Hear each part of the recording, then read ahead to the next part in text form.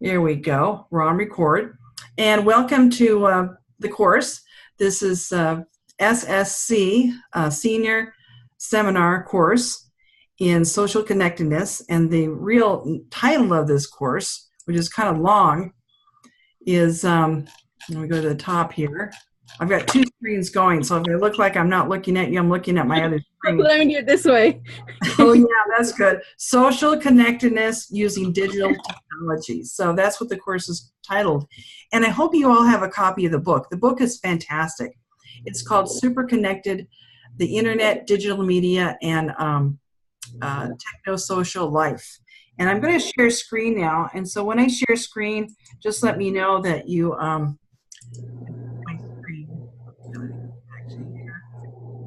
I have to do a little switcheroo with everything here. Screen. Thank you for your patience. Sometimes it works flawlessly and sometimes it takes a minute. Okay.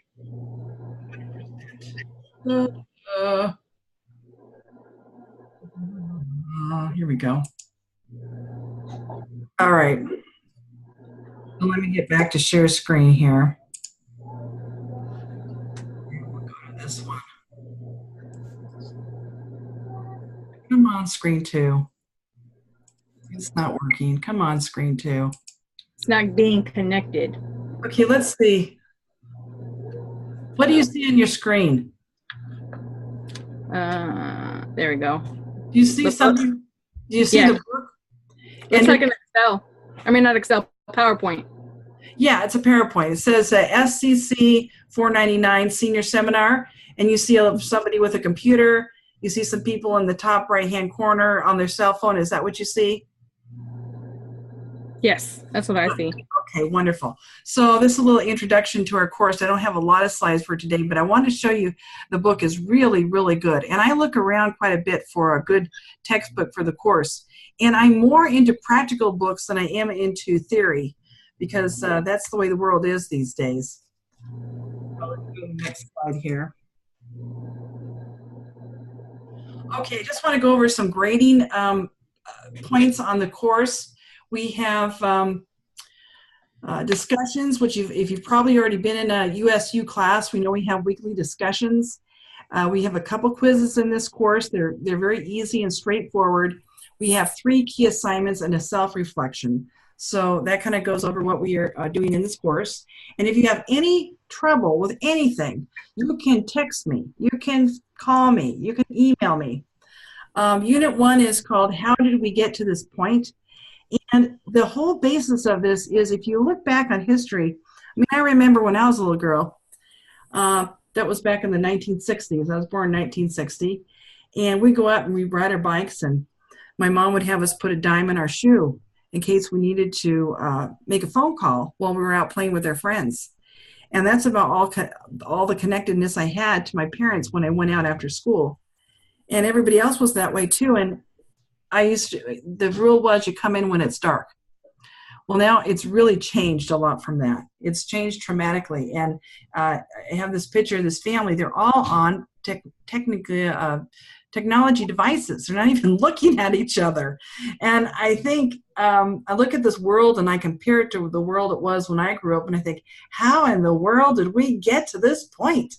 This is just something else. I can't believe it. So anyway, I'm going to stop sharing there. We push the stop share here. Okay. And what are your reflections on that, Nicole? What do you think about that? How we just got into this social web of everything. All of a sudden, it's like, boom. What do you think? It's great that we can connect like that, but there comes a time where you have to at least disconnect for a little while. I stopped using Facebook for so much. I stopped using it so much, but my grandmother, she's 75, I believe, and that's the only way she stays in touch with family, friends, and everybody. That's right. It has its pros and it has its cons. You're right. We'll be talking about throughout the class, and the book goes into some really neat things about that. Rodney, if you want to chime in and say something about that, you can just type it and I'll read it about social connectedness. But it's really a topic that I think it just came to be. And then this Mary wrote this book about it, and it really opened my eyes to how it's really affected our society. In particular, I think it's affected politics. We have a president now that the first president ever who uses Twitter. And it really is something else. I remember when he was first elected, Trump, they told him to not tweet. Don't tweet. That's not going to cut it. He's stop that, And what does he do every day now? He still tweets. He tweets. And how has that affected our politics? What do you think about that, Rodney, since you're on with us? What do you think about that? Has it been positive? Has it been negative? Has it been overwhelming? Do you think we're seeing another side of everything that we didn't see before? I mean, there's a lot of things to consider with that. So anyway, I just want you to think about that. That's one of the things I like to do. You cannot minimize Zoom when you're recording this meeting. Okay. So anyway, that's the scoop. Can you see me now, or am I still sharing the other screen? Nope, just you. Okay, good. Okay. All right. I want to go on another screen, but it's not letting me. But anyway, I wanted to review some of the things we're going over this week. And one of them are the discussions that we do. Have both of you been in a USU class before? Yes, I'm on my last year. Good. And how about you, Rodney? Have you been in a class before? Okay, Rodney says it's been challenging following politics. And this is your first class then, huh? Being at the USU. Well, most professors don't have webinars, but I love to do webinars. So that's something that you can look forward to. And if you can't go, we record them, which is nice. And another thing is that when you do the discussion post, go ahead and say what you want to say. We're not going to record it or blast it off to 40 years from now. Hey, this is what they said about social connectedness. I can't even get back into the course after it's been done. They take it away from me and they give me back a new course. But I think communication is really important in this course. Well, what's one of the favorite classes you've taken with USU so far? Oh my gosh. There's actually been a few. I've taken obviously a lot of management classes. Mm-hmm. And I've had a few teachers that have been right there with me, actually helping me get things done. And I love those kind of instructors. And then I took humanity last term. It was women in art. Oh, how fun. It was awesome. It was very intriguing. I thought humanities, what am I going to do for humanities? Kill me now, please. Yeah. And I saw the title and I was like, this is awesome. That's good. Has nothing to do with my major or anything like that. I mean, yeah. But it was something I really got into.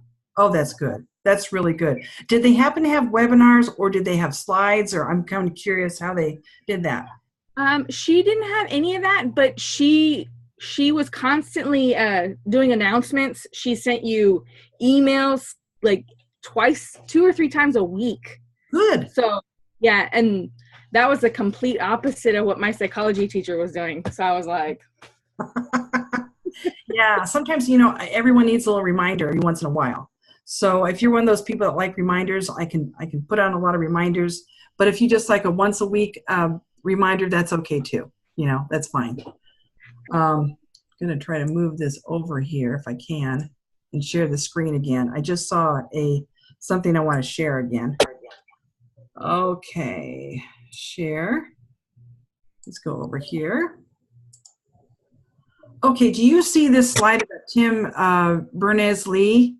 Yes. Good.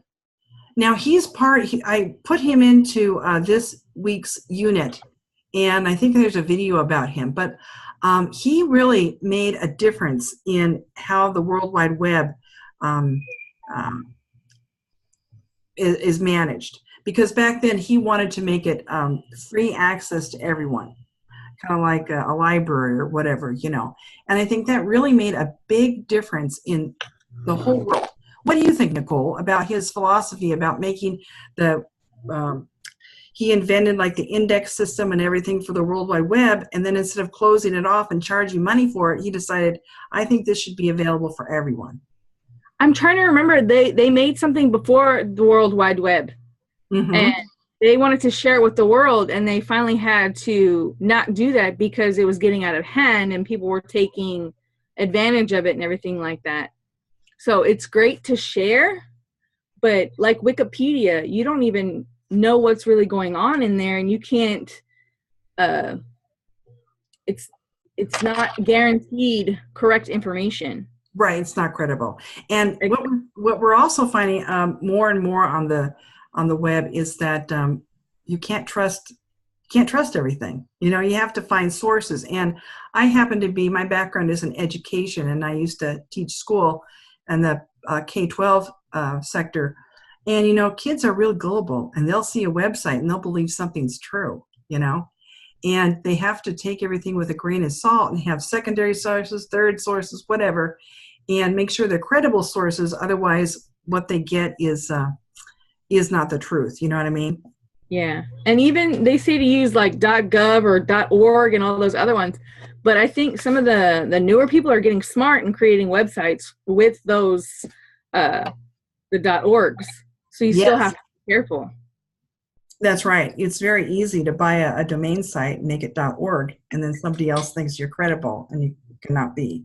So there's a lot of things to that. But I thought I'd just put his name up there just to give him a little credit for what he did in the world of technology and starting this whole phase of social media, which is really kind of fascinating. Um, let's see. Does anybody have any questions about this course or about the readings for this week, or also have gotten the book? I just want to make sure you have the textbook. Nicole, do you have the book? I rented the e-textbook from Chegg. Good, good. That's a good idea. Okay, and how about you, Rodney? He says, okay, I think writing papers will be challenging for you. Haven't been doing any real writing for 16 years. Yeah, and the internet is, and the web is affecting our government. And yes, you have the book. That's fantastic. Well, don't worry about writing the papers. I try to make my assignments things that are useful and practical, and things that you can reflect on and say, hey, what is this going to mean to me in my world? You know, and how can I use this information in my career or somehow, you know? I'm more for practical and not for theory. Let's see. Good, good. Yay, yay. In fact, when I first started on with the University of United States University, they asked me, they said, you know, Ruth, we have way too many of these papers that they write pages and pages of stuff on theory. And I remember in my master's degree at San Diego State, I had to write a lot of those papers. And I think about it, and you know, I think I don't even look at it anymore. But the things I do look at are the projects that I did. And some of the projects that I did,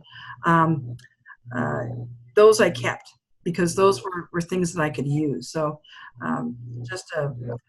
like websites, I made websites for my master's degree, and I still have some of those, which is great. Okay, well, I don't want to keep you too long for this first week, but I just wanted to say hello. How are you doing? If you have any questions, you can always call me, text me, whatever it is.